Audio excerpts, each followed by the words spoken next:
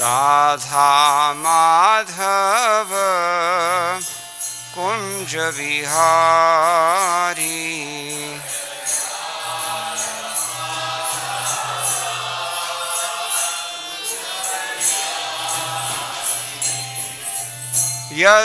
यशोदानंदन ब्रज जनरंजना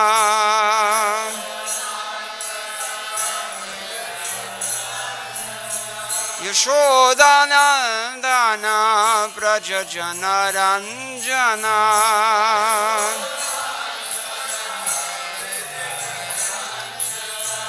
यशोदानंदन ब्रज जनरंजना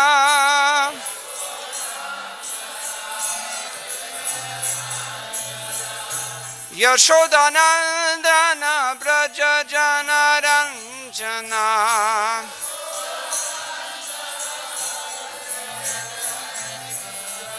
यशोदानंदन ब्रज जनरंजना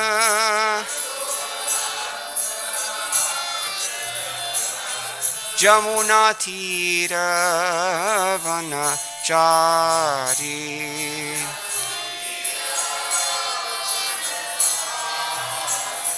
जमुना तीर वनचारी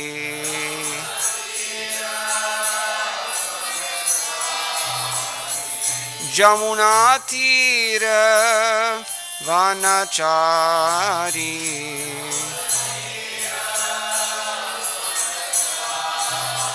जय जय राधा माधव कुंज बिहारी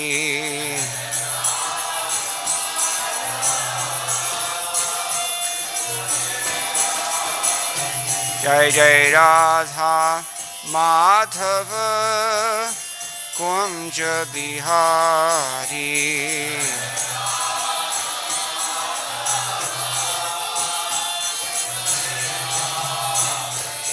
जय राधा माधव कुंज बिहारी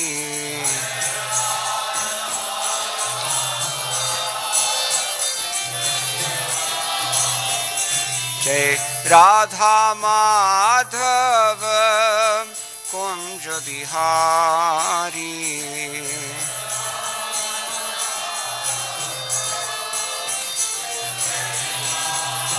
जय जय राधा माधव कुंज बिहारी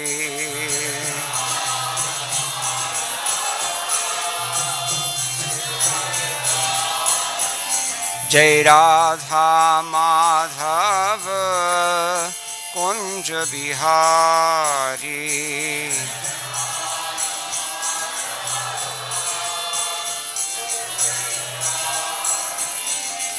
गौर प्रेमानंदे हरि हरि बोल।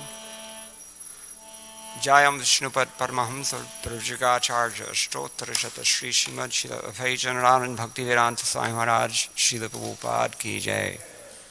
अनंत कोटि वैष्णव वृंद की जय। नाम आचार्य श्रील ठाकुर हरिदास की जय। प्रेम से कहो श्री कृष्ण चैतन्य प्रभु नित्यानंद श्री अद्वैत गदाधर शिवासादि गौर भक्तवृंद की जय। श्री श्री राधा कृष्ण गोप गोपीनाथ श्याम कुंद राधा कुंद गिरि गोवर्धन की जय। वृंदावन धाम की जय। नवद्वीप मायापुर धाम की जय। गंगा देवी की जय। यमुना माई की जय। भक्ति देवी की जय। तुलसी रानी की जय। समवेत भक्तवृंद की जय। श्री हरिनाम संकीर्तन की जय। ग्रंथराज श्रीमद्भागवतम की जय। इस्कॉन बीबीथी संस्थापक आचार्य श्री प्रभुपाद की जय। गौ प्रेमानंदे। All glories to the assembled devotees. All glories to the assembled devotees. All glories to the assembled devotees. All glories to Sri Sri Guru and Gauranga. Jai Shri Prabhupada.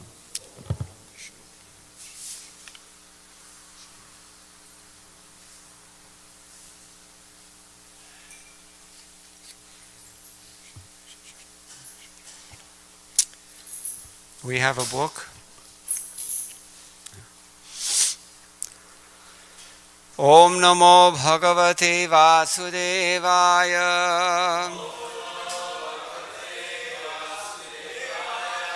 Om Namo Bhagavate Vasudevaya. Om Namo Bhagavate Vasudevaya. Narayanam Namaskritya Naram Chaiva Narottamam Devim Saraswatim Vyasam Tato Jayamutirayet Nashtaprayeshu Abhadreshu Nityam Bhagavata Sevaya Bhagavati Uttama Shloke Bhaktir Bhavati Naishtiki Krishne Swadhamopagate Dharmajnanadibhisaha Kalau Nashtadrishamesha Puranarko Dhunoditaha Grantaraj Srimad Bhagavatam Ki Jai. Today we'll study Canto 1, Chapter 3, Text number 9. This chapter is entitled Krishna is the Source of All Incarnations. Yesterday, what did we hear about? Anyone remember?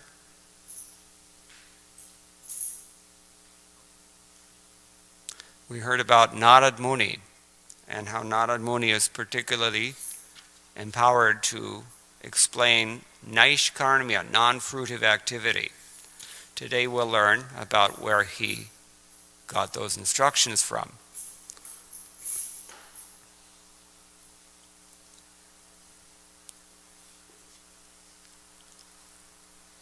Turye Dharmakala Sarge Naranarayana Rishi Bhutva Atma Upashama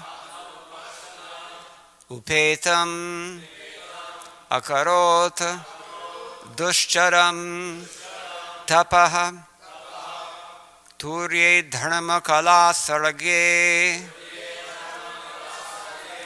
Naranarayana Vrishi Bhutvatmopasamopetam Akarod Dushcharam Tapaha Turye Dharmakala Sarge Naranarayana Vrishi Bhutvatmopasamopetam Akarot Dushcharam Tapaha Turye Dharmakala Sarge Naranarayana Vrishi Bhutvatmopasamopetam Akarot Dushcharam Tapaha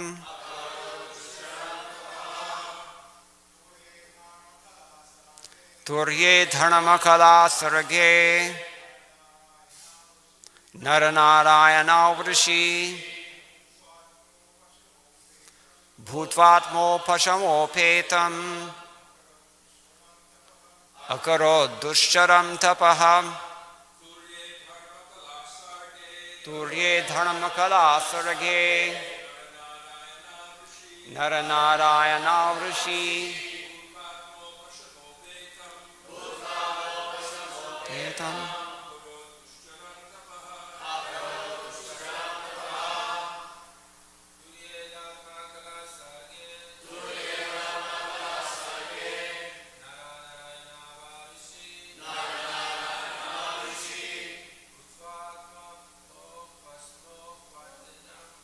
Bhutvatmopasamopetam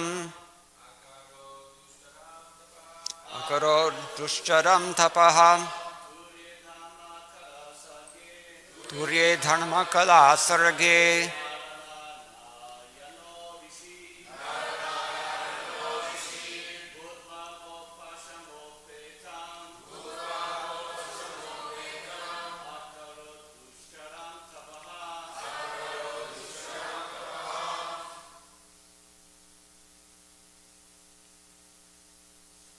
Turye in the fourth of the line. Dharmakala, wife of Dharmaraja. Sarage, being born of. Naranarayana, named Nara and Narayana. Rishi, sages. Bhutva, becoming. Atma upashama, controlling the senses. Upetam, for achievement of. Akarot, undertook. Dushcharam, very strenuous. Tapaha, penance. In the fourth incarnation, the Lord became Nara and Narayana, the twin sons of the wife of King Dharma. Thus he undertook severe and exemplary penances to control the senses. Kindly repeat. In the fourth incarnation, the Lord became Nara and Narayana, the twin sons of the wife of King Dharma. Thus he undertook severe and exemplary penances to control the senses. Purport by His Divine Grace, A.C. Bhaktivedanta Swami Srila Prabhupada, founder and Acharya of the International Society for Krishna Consciousness, Bhaktivedanta Book Trust, Savior of the modern world. Srila Prabhupada Ki Jai. As King Rishabha advised his sons, tapasya, or voluntary acceptance of penance for realization of the transcendence, is the only duty of the human being. It was so done by the Lord Himself in an exemplary manner to teach us. The Lord is very kind to the forgetful souls. He therefore comes Himself and leaves behind necessary instructions, and also sends His good sons as representatives to call all the conditioned souls back to Godhead.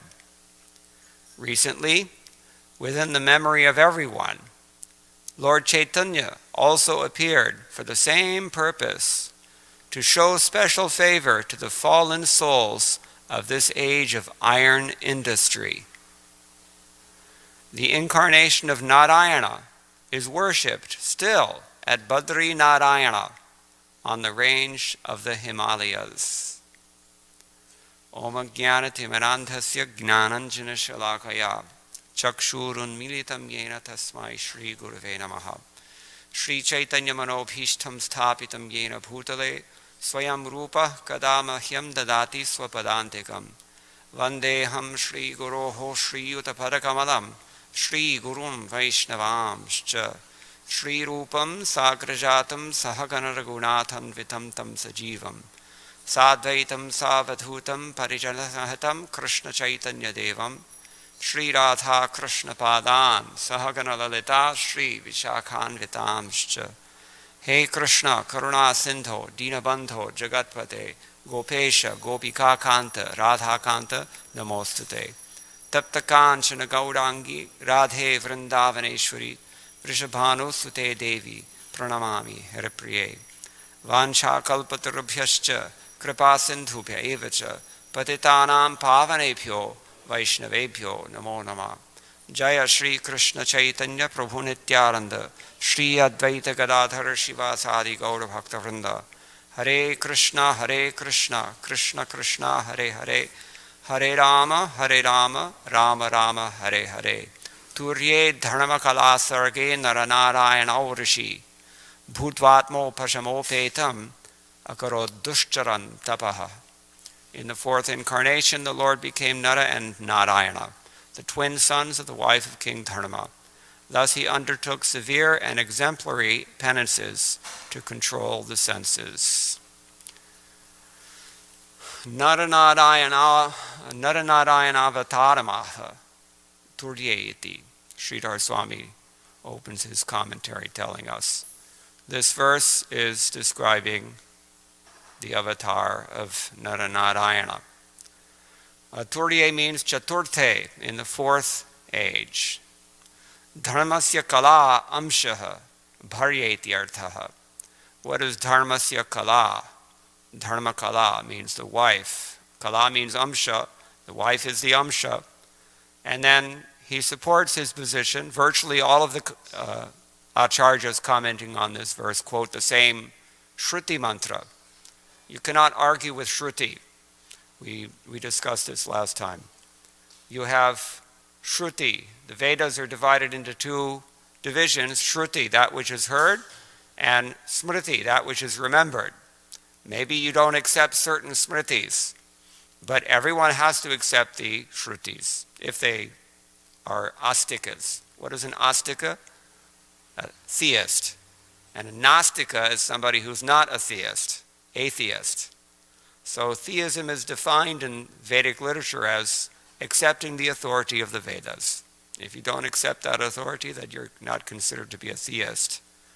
So, what is the verse he's quoting from Shruti? Artho va esha atmano yat patniti iti shrutehe.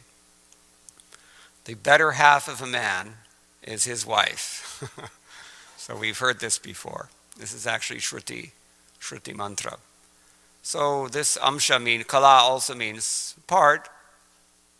Half is also a part. So tasya sarge. What birth did she give? Rishi bhutva. Two of them, this form of the word, rishi. It's not rishi, it's rishi. That's a dual case. It means there are two of them. Sometimes we read throughout Srila Prabhupada's books, he's describing Naranarayan Rishi in the singular.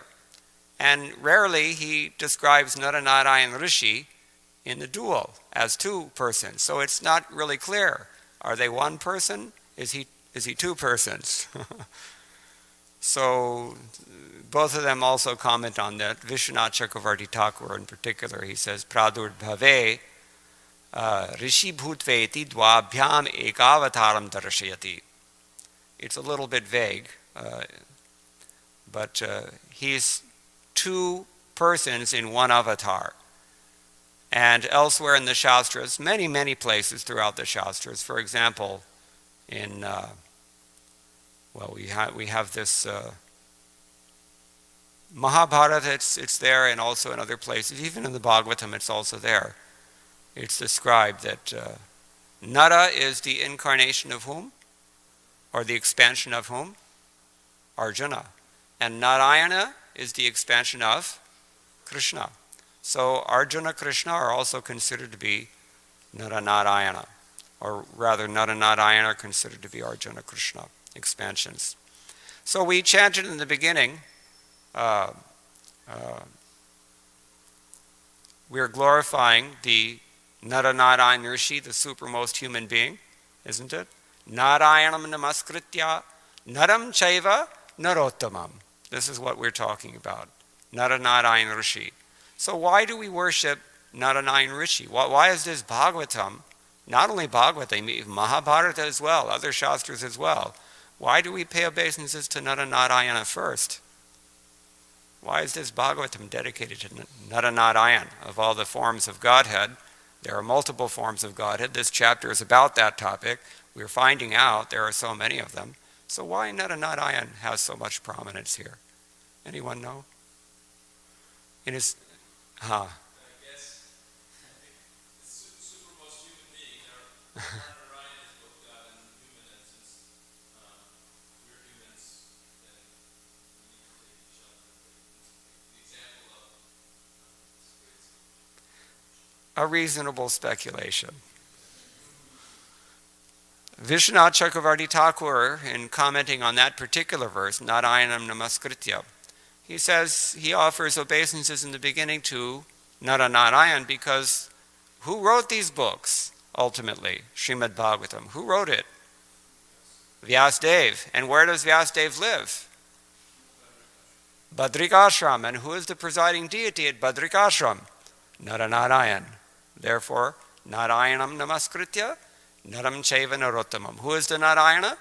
Badri Narayana. So, and Naranarayana, Rishi. And then, of course, Saraswati, we have to do our part. Without her help, we can't really access anything also. So, like this, we offer obeisances. So they're 2-in-1 incarnations. Now, in the 4th canto, we hear about the appearance of Naranarayan Rishi. We've heard in today's verses as well. He is the son of the wife of Dharma, which sounds a little suspicious, doesn't it? Why not just say he's the son of Dharma? Well, he's the son of both. That should be obvious. But of course it's Kali Yuga, so nothing is obvious anymore. But he's the son of Dharma. And where does Dharma come from? According to Matsya Purana, King Dharma is himself born from the right breast of Lord Brahma. And who did King Dharma marry? Murti. Murti. Who is Murti? The daughter of Daksha. Daksha Sutta. So, Naranarayan Rishi are the twin sons, as Prabhupada is translated here. And what did he do? He taught Naishkarmyam. I mentioned already in yesterday's verse, Tritiyam Rishi Sargam Vai, Devarshitvam Upetyasaha, Tantram Satvatam Achashta Naishkarmyam Karmanam Yathaha. In the millennium of the Rishis, the personality of God had accepted the 3rd empowered incarnation in the form of Devarshi Narad, who is a great sage among the demigods. He collected expositions of the Vedas which deal with devotional service and which inspire non-fruitive action. So the emphasis here is on Naishkarmyam. This is also described elsewhere in the Srimad Bhagavatam.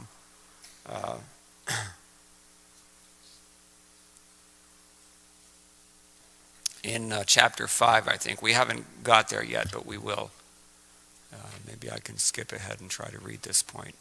It's a nice observation.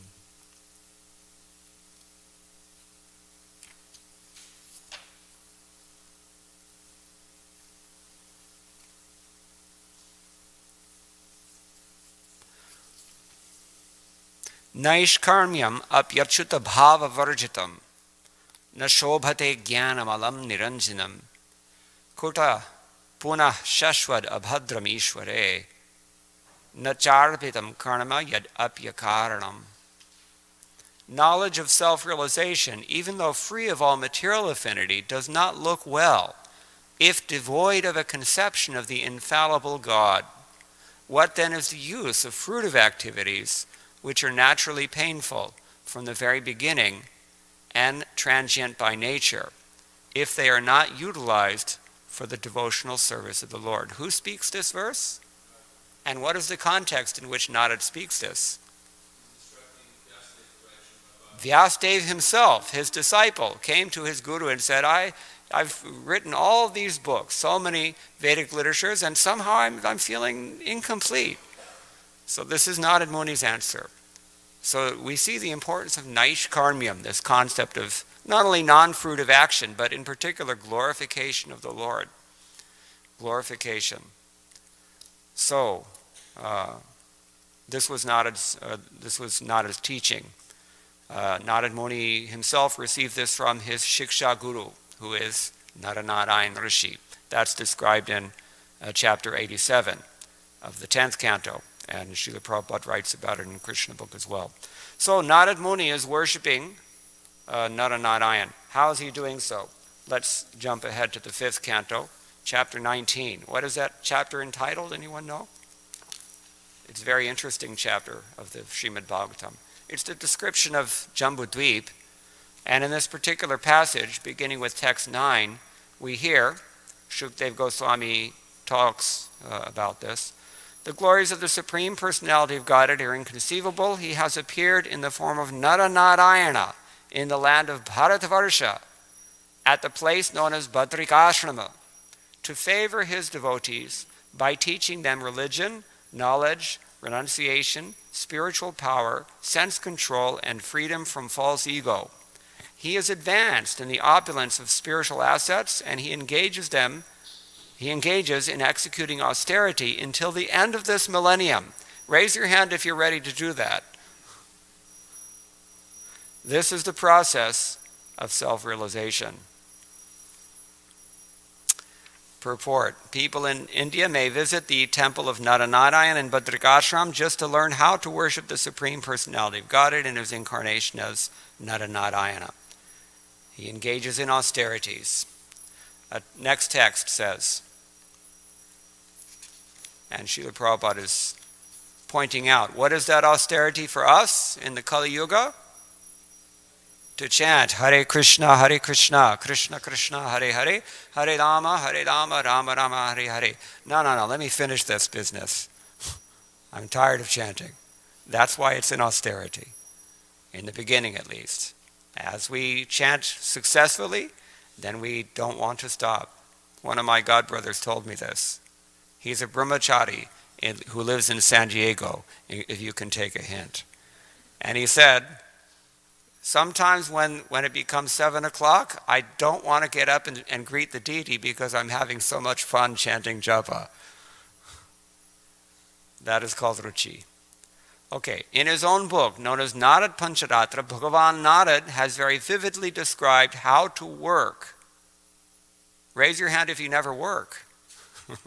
We all work. So how? To achieve the ultimate goal of life, devotion, through knowledge and through execution of the mystic yoga system. He's also described the glories of the Lord, the Supreme Personality of Godhead. The great sage Narad instructed the tenets of this transcendental literature to Savarani Manu in order to teach those inhabitants of Bharatvarsha who are strictly following the principles of Varnashram Dharma how to achieve the devotional service of the Lord. Here's another nexus between Varnashram Dharma and devotional service. We find throughout the Vedic literatures all the time.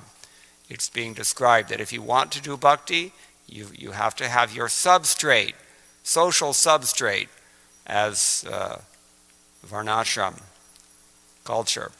Thus, Narad Muni, along with the other inhabitants of Bharatvarsha, always engages in the service of Nara Narayana, and he chants as follows. Om Namo Bhagavate Upashamashilayo Paratanat Myaya Namo Kinchana Vittaya Rishi Rishabhaya Naranarayanaya Paramahamsa Paramaguruve Atma Ramadhipataye Namo Namah Iti. Let me offer my respectful obeisances unto Naranarayana, the best of all saintly persons, the Supreme Personality of Godhead. He is the most self-controlled and self-realized. He's free from false prestige. And he is the asset of persons who have no material possessions. He is the spiritual master of all Paramahamsas, who are the most exalted human beings. And he is the master of the self-realized. Let me offer my repeated obeisances at his lotus feet. Narad, the most powerful saintly sage, also worships Naranarayan by chanting the following mantra. The Supreme Personality of Godhead is the master of the creation, maintenance, and annihilation of this visible cosmic manifestation, yet he is completely free from false prestige. Although to the foolish he appears to have accepted a material body like us, he is unaffected by bodily tribulations like hunger, thirst, and fatigue. Although he is the witness who sees everything, his senses are unpolluted by the objects he sees. Are you unpolluted by the objects that you see? Let me offer my respectful obeisances unto that unattached, pure witness of the world, the Supreme Soul, the Personality of Godhead. He goes on, O my Lord, Master of all mystic yoga, this is the explanation of the yogic process spoken by Lord Brahma, who is self-realized. At the time of death, all yogis give up the material body, with full detachment simply by placing their minds at your lotus feet. That is the perfection of yoga. Materialists are generally very attached to their present bodily comforts and to the bodily comforts they expect in the future. Therefore, they're always absorbed in thoughts of their wives, children, and wealth, and are afraid of giving up their bodies, which are full of stool and urine. If a person engaged in Krishna consciousness, however, is also afraid of giving up his body, what is the use of his having labored to study the Shastras? It was simply a waste of time. Therefore, O Lord, Narad Muni concludes, O Transcendence, kindly help us by giving us the power to execute bhakti yoga so that we can control our restless minds and fix them upon you. We are all infected by your illusory energy. Therefore, we are very attached to the body, which is full of stool and urine, and to anything related to the body. Except for devotional service, there is no way to give up this attachment. Therefore, kindly bestow upon us this benediction. Now, we can see the exalted character of Naranarayan as well in the 11th canto. In the 6th chapter, the incarnations of Godhead are being discussed, one after another, much as in the 5th canto. So, beginning with text number 6, we hear this. Naranarayan Rishi, who is perfectly peaceful and is the best of sages, was born as the son of Dharma and his wife Murti, the daughter of Daksha. Naranarayan Rishi taught the devotional service of the Lord by which material work ceases. Does that sound familiar? Ceasing material work means Naishkarmya. And he himself perfectly practiced this knowledge. He is living even today, his lotus feet served by the greatest of saintly persons. In Badrikashram, there are 7 deities. There's Badrinarayana, there's Naranarayana, that's I guess 2 or 3, depending on how you want to count it. And there's also Kuvera is there, and there's Shalagram there. In this way, there's several deities, and also great saintly persons are living there. Since time immemorial, Uddhava went there. We hear in the Srimad Bhagavatam, this is 5,000 years ago. People are still going there today. He's still living there today. You can go and see him. Naranarayanaya Namah. So, once upon a time, King Indra became fearful, thinking that Naranarayan Rishi would become very powerful by his severe penances and seize Indra's heavenly kingdom. Everybody who gets assets in this world becomes fearful. That's a fact, especially if they're in charge of something or if they're lording it over something. They get nervous. And Indra is no exception. We see that actually he gets into this problem time after time after time. So, where else do we find that Indra's getting nervous about a sage who's becoming too powerful in his tapas? In the 12th canto, chapter 8, Markandeya Muni. He tried to foil Markandeya Rishi as well. So Indra, not knowing the transcendental glories of the incarnation of the Lord, sent Cupid and his associates to the Lord's residence in Badrikashrama. Good luck. As the charming breezes of spring created a most sensuous atmosphere, Cupid himself attacked the Lord with arrows in the form of irresistible glances of beautiful women. The primeval Lord, understanding the offense committed by Indra, did not become proud. Instead, he spoke laughingly as follows to Cupid and his followers, who were trembling before him. Do not fear, O mighty Madan, O wind god, and wives of the demigods. Rather, please accept these gifts I'm offering you and kindly sanctify my ashram by your presence. What character is that? My dear Nimi, King Nimi, when Naranarayan Rishi thus spoke, eradicating the fear of the demigods, they bowed their heads with shame and addressed the Lord as follows to invoke his compassion. Our dear Lord, you are always transcendental, beyond the reach of illusion, and therefore you are forever changeless. Your causeless compassion toward us, despite our great offense, is not at all unusual in you, since innumerable great sages, who are self-satisfied and free from anger and false pride, bow down humbly at your lotus feet. There's no discussion here of what the motives were, of what was transpiring in the heads of each of these individuals, isn't it? It's just understood. They took one look at him and they could understand he knows everything, where we're at.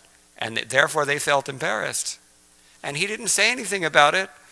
He just said, "How can I serve you? I'm very fortunate to have your company." It's an amazing pastime. The demigods place many obstacles on the path of those who worship you to transcend temporary abodes of the demigods and reach your supreme abode. This is the demigods themselves speaking. They should know. That's why they came here. Those who offer the demigods their assigned shares in sacrificial performances encounter no such obstacles. But because you are the direct protector of your devotee, he is able to step over the head of whatever obstacle the demigods place before him. Some men practice severe penances to cross beyond our influence, which is like an immeasurable ocean. You will be challenged by demigods, believe it. You will be challenged by demigods sooner or later. It will happen. So listen closely. You need this. This ocean, the influence of these devatas who try to trip up the aspiring transcendentalist, it's like an immeasurable ocean with endless waves of hunger, thirst, heat, cold, and other conditions brought about by the passing of time, such as the sensuous wind and the urges of the tongue and sex organs. Nevertheless, although crossing this ocean of sense gratification through severe penances, such persons foolishly drown in a cow's hoofprint when conquered by useless anger. Thus they exhaust the benefit of their difficult austerities in vain. While the demigods were thus praising the Supreme Lord, the all-powerful Lord suddenly manifested before their eyes many women who were astonishingly gorgeous, decorated with fine clothes and ornaments, and all faithfully engaging in the Lord's service. When the followers of the demigods gazed upon the fascinating, mystic beauty of the women created by Naranarayan Rishi and smelled the fragrance of their bodies, the minds of these followers became bewildered. Indeed, upon seeing the beauty and magnificence of such women, the representatives of the demigods were completely diminished in their own opulence. The Supreme Lord of Lords then smiled slightly and told the representatives of heaven, who were bowing down before him, "Please choose one of these women, whomever you find suitable for you. She will become the ornament of the heavenly planets." Was he serious? Was he kidding? Was he teasing them? What was he doing? What did they do? Om ityadeshamadaya natva tam suravandinaha. Vibrating the sacred syllable Om, the servants of the demigods selected Urvashi, the best of the Apsaras. Placing her in front of them out of respect, they returned to the heavenly planets. They took it. They took it. Why is she called Urvashi? According to Janashruti, that is the same thing as gossip, because she was born from the thigh of Naranarayan Rishi. Uru means thigh. Rather, she was born from a flower that he kept on his thigh. This is what they say.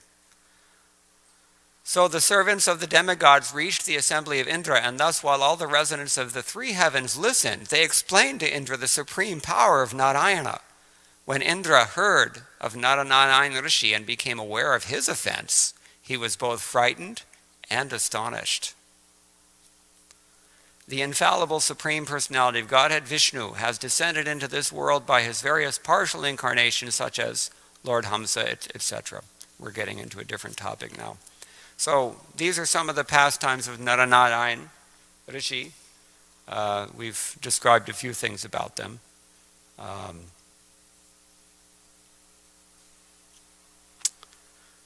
I think before we move on and say a few words in glorification of Narottam Das Thakur, whose disappearance day is today, we can ask if anybody has any questions or any comments. Archita Prabhu. Hi, Prabhu. Thank you for taking this class on such short notice. Wonderful presentation. Just wanted to make a note since you brought up the subject about a certain brahmachari who's so much into chanting japa that he doesn't even want to go to greeting.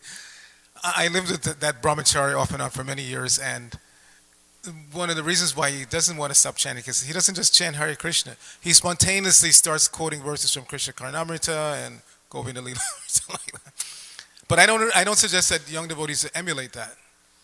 It's not artificial in his case. He's put so much time and energy into studying the Shastra that he just spontaneously recites verses from all over. But for the vast majority of devotees, it's much better to follow Prabhupada's japa by example, which is Hare Krishna, Krishna Krishna, Hare Hare, Hare Ram, Hare Ram. Don't bring in anything else from anywhere else. Just chant Hare Krishna. Thank you. Anything else? So then, as I mentioned, it's the disappearance day of Narottam Das Thakur. So Narottam Das Thakur was born in the middle of the 16th century in what is now Rajshahi district of Bangladesh. His father was a zamindar there, Raja Krishnananda-datta, and his wife is called Narayani-datta. They were so wealthy that they practically had the status of kings, although they were kayasthas by birth. And Narottam Das Thakur, from his very youth, he was not like an ordinary prince. Usually a rich man's son becomes spoiled and invariably gets into sinful enjoyment of various sorts. But Narottam Das Thakur was always attracted only by Sri Chaitanya Mahaprabhu. He only wanted to take shelter of Sri Chaitanya Mahaprabhu. And throughout his whole life, he maintained the strict vow of brahmacharya. He was a Naishtiki brahmachari, which is most unusual for a king's son. At one point when he was maybe 11 or 12 years old, he had a dream because he was always thinking of Sri Sri Guru Gauranga. So he had a dream. Lord Nityananda came in his dream and said, "Go bathe in the Padma River." Padma River is that branch of the Ganges that flows through that district of Bangladesh. You know, when the Ganges gets to West Bengal, she splits into thousands and thousands and thousands of rivulets and smaller rivers. So one of those branches is the Padma River. When Narottam Das Thakur bathed in that river, he was infused with the prema shakti of Sri Chaitanya Mahaprabhu, pure love of Godhead. Lord Nityananda told him, if you bathe in this river, you will be benedicted with pure love of Godhead, and so it happened. From that point on, although Narottam Das Thakur was always interested in spiritual life, this became his only interest, his fascination, his obsession, almost you can say. And so how can you keep such a person in the palace? He was chanting all the time. And eventually he, somehow or other, when he came of age, the kingdom was entrusted to him. It's said that he gave it over to one of his cousins, and he went to Vrindavan. When he was in Vrindavan, he took shelter of the 6 Goswamis. And just like Naranarayan Rishi, we've been reading about his severe austerities. What was Narottam Das Thakur's austerity? His whole life, he never kept a kitchen. He never cooked for himself. His whole life. His whole life, he only accepted the vow of madhukari. Madhukari means like a bee. Bees, they buzz from one little flower to another. They take different little nectar here and there from different places. So he would go and beg like this, and whatever people gave him, that's how he would subsist somehow or other. And he was constantly absorbed in hearing and chanting about Krishna. Although he was a great Sanskrit scholar, he's most well known for his amazing Bengali songs about Radha and Krishna, and also Sri Chaitanya Mahaprabhu. He has 2 books of poetry have been compiled. One of them is the Prema Bhakti Chandrika, which means the moon rays of Prema Bhakti, as if emanating from his own moon-like heart. And the other one is, what do you call that? Prarthana, prayers. So many of the songs that Srila Prabhupada taught us, certainly so many of the songs that Srila Prabhupada himself always loved to sing, they're songs from Narottam Das Thakur. And Narottam Das Thakur in his later years also, after the disappearance of Sri Chaitanya Mahaprabhu, he actually invented a unique style of kirtan, which is still to some degree extant today. He called that Padavali Kirtan. We call it traditional Bengali Kirtan. Padavali Kirtan means they take a line from here and there in the great ocean of Bengali literature that is known as Padavali Kirtan Sahitya, or songs by great devotional poets and acharyas, and they emphasize one rasa in a given kirtan. And it has a certain style, and it's very extremely sophisticated musical style, actually. It's not really less sophisticated than any classical style. In India, we have two kinds of classical music: Hindustani Shastriya Sangeet and Karnataka Shastriya Sangeet. That's North Indian classical music, South Indian classical music. They're very similar in certain ways, but they're also different, and they have their own characteristics. Padavali Kirtan is completely different, and it's instantly recognizable. So this was the brainchild of Narottam Das Thakur. He used to organize so many kirtan melas, we call them nowadays, kirtan festivals, beginning with one at his native place, Keturi Gram. And in those festivals he installed certain deities of the Lord which are still being worshipped, and his songs were sung in the style that he himself devised, and devotees used to come many years. This is how Gaur Purnima, celebration of Gaur Purnima, started in our tradition from Narottam Das Thakur. So these things he did. It's said that when he disappeared from this world, he was at the same place which Lord Nityananda in a dream had earlier directed him to bathe, at the Padma River in Bangladesh. And he had composed this song that we sing, Jayanilo Prema Dhana Karuna Prachur. Very, very intense, deep, painful song of separation by Narottam Das Thakur. He says, I'll smash my head against rock. I'll enter into fire if I can't find these associates of Lord Gauranga. Where have they all gone? This was his anxiety. Very, very deep, deep song. In the ecstasy of that song, he went to bathe in the Padma River again, and it said that his body turned into milk, and he disappeared in this way.